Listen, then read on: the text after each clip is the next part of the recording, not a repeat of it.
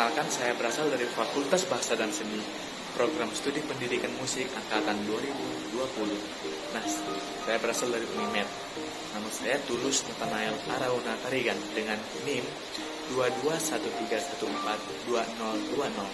Nah, di sini saya berasal dari mata kuliah Desain Pembelajaran dengan dosen pengampu Bapak Dr. Lampot Basani Sihombing, MPD. Nah, di sini saya akan melanjutkan pembahasan tentang metode dan model desain pembelajaran mulai dari nomor 16 hingga 40. Nah, saya akan melanjutkannya. Yang ke-16 itu adalah group investigation. Nah, ini adalah kelompok kecil untuk menuntun dan mendorong para siswa dalam keterlibatannya dalam belajar. Lalu yang ke-17 itu ada talking stick. Nah, metode pembelajaran ini adalah salah satu teknik yang dapat digunakan oleh seorang guru dalam proses belajar dan mengajar. Talking stick ini merupakan suatu model pembelajaran yang menggunakan sebuah tongkat sebagai alat penunjuk giliran. Nah, siswa yang mendapat tongkat akan ditunjuk oleh guru untuk diberikan pertanyaan ataupun tugas. Lalu yang ke-18 itu ada metode snowball. Nah, pada metode snowball throwing ini adalah metode pembelajaran yang dapat menggali potensi kepemimpinan daripada peserta didik dan kelompok, dan keterampilan membuat dan menjawab pertanyaan yang dipadukan melalui suatu permainan imajinatif yang membentuk dan melempar sebuah bola salju. Lalu yang ke-19 itu ada model pembelajaran bertukar pasangan. Nah, model pembelajaran bertukar pasangan ini termasuk pembelajaran dengan tingkat mobilitas yang cukup tinggi. Nah, tingkat mobilitas yang cukup tinggi ini sehingga siswa yang sebelumnya dengan kelompok yang satu dan kemudian akan bertukar dengan pasangan yang selanjutnya, dan nanti siswa akan kembali pada pasangan yang pertama. Lalu selanjutnya itu ada model pembelajaran student facilitator and explain. Nah, pada model pembelajaran student facilitator and explaining ini adalah suatu model pembelajaran yang memberikan kesempatan pada siswa untuk mempresentasikan ide ataupun pendapat pada siswa lainnya. Oke, yang selanjutnya itu ada yang nomor 21, yaitu explicit instruction.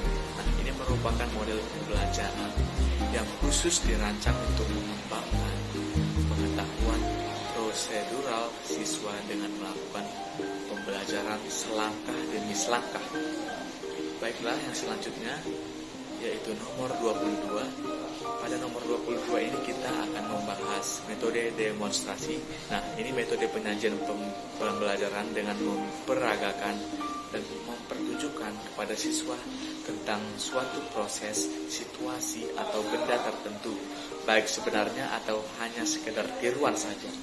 Nah, pada metode ini penyajian demonstrasi tidak terlepas dari penjelasan secara lisan oleh sang guru. Lalu selanjutnya nomor 23 yaitu pembelajaran kolaboratif. Nah, situasi di mana terdapat dua atau lebih orang belajar atau berusaha untuk belajar sesuatu secara bersama-sama, tidak seperti belajar sendirian. Nah, orang yang terlibat dalam kolaboratif learning memanfaatkan sumber daya keterampilan satu sama lain. Lalu selanjutnya itu ada model pembelajaran kooperatif integrated reading and composition atau RIRC disingkat. Nah, yang artinya adalah kooperatif terpadu membaca dan menulis. Nah, pada model ini pembelajaran khusus mata pelajaran bahasa Indonesia dalam rangka membaca dan menemukan ide pokok pikiran atau tema sebuah wacana ataupun clipping. Selanjutnya yaitu nomor 25, Numbering Heads Together atau disingkat NHT.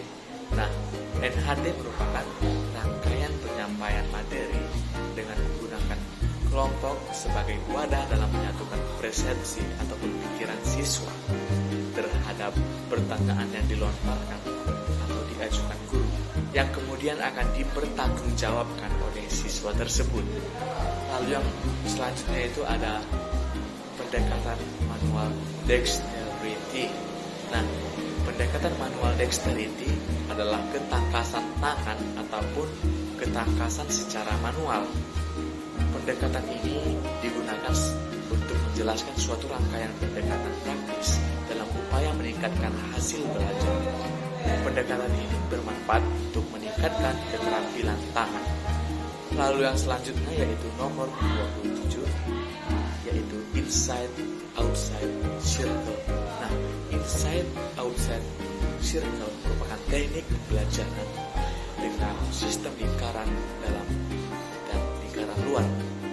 Nah, di mana siswa saling membagi informasi pada saat yang bersamaan dengan pasangan yang berbeda dengan singkat dan teratur. Oke, selanjutnya yaitu nomor 28, inquiry. Nah, apa sih model inquiry itu kan? Nah, model inquiry ini adalah sebuah strategi pengajar yang berpusat pada siswa, yang mendorong siswa untuk menyelidiki masalah apa dan menemukan informasi. Nah, pada proses tersebut sama dengan prosedur yang digunakan oleh ilmuwan sosial yang menyelidiki masalah-masalah dan menemukan informasi. Selanjutnya itu nomor 29. Pada nomor 29 kita akan membahas tentang model pembelajaran berbasis portofolio. Nah, model pembelajaran yang berbasis portofolio yaitu suatu inovasi pembelajaran yang dirancang untuk membantu para peserta didik untuk lebih bisa memahami materi daripada perkuliahan civic education secara mendalam dan luas melalui pengembangan materi yang telah dikaji di kelas dengan menggunakan berbagai sumber bacaan ataupun referensi. Lalu yang selanjutnya itu ada insight. Nah, insight adalah pemahaman terhadap hubungan antar bagian di dalam suatu situasi permasalahan. Berbeda dengan teori behavioristik yang menganggap belajar atau tingkah laku itu bersifat mekanistik.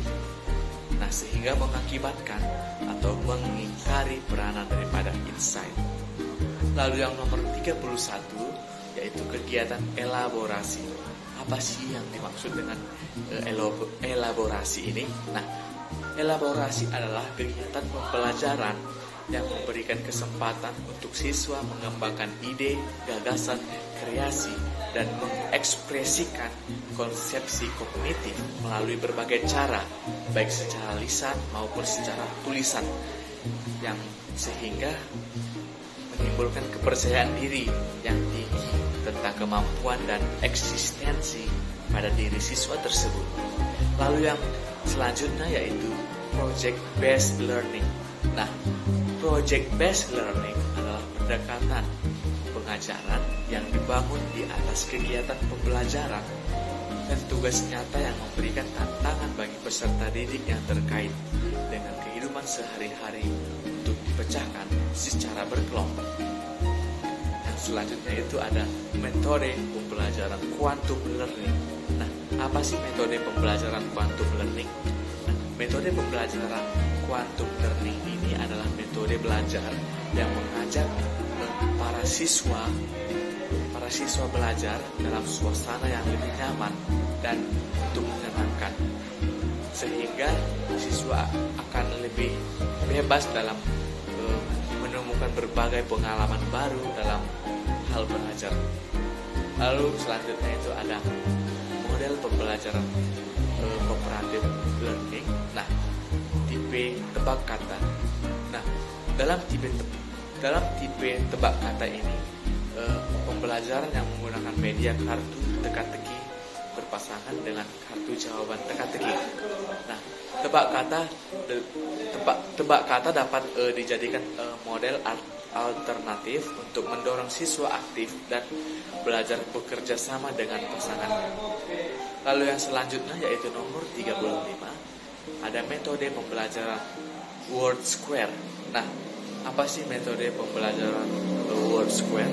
Nah, ini merupakan model pembelajaran yang memadukan kemampuan menjawab pertanyaan dengan kejelian dalam mencocokkan jawaban pada kotak-kotak jawaban.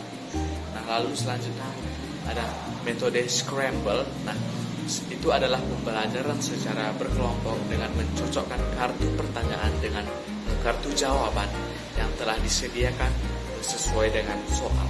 Lalu yang selanjutnya itu ada nomor 37 yaitu take and give. Apa sih model take and give? Nah, pertama dulu, apa take and give? Nah, secara bahasa take and give itu mempunyai arti mengambil dan memberi. Nah, maksud daripada take and give dalam model pembelajaran kali ini yaitu di mana siswa mengambil dan memberi pelajaran pada siswa lainnya. Lalu selanjutnya itu adalah complete sentence, yaitu suatu model sederhana di mana siswa belajar melengkapi paragraf yang belum sempurna dengan menggunakan kunci jawaban yang tersedia. Lalu yang ke-39 yaitu konsep sentence. Nah, ini konsep sentence yaitu model pembelajaran kooperatif yang dapat meningkatkan prestasi belajar siswa dan meningkatkan hubungan sosial. Melalui kerjasama anggota kelompok menyelesaikan tugas yang telah diberikan oleh gurunya. Lalu yang terakhir itu ada time token. Nah, apa sih time token? Nah, time token itu adalah model pembelajaran yang bertujuan agar masing-masing anggota kelompok berdiskusi mendapatkan kesempatan untuk memberikan kontribusi dalam menyampaikan pendapat mereka dan mendengarkan pandangan serta pemikiran anggota lainnya. Mungkin sekian dari video saya kali ini. Minggu depan akan kita lanjutkan. Terima kasih.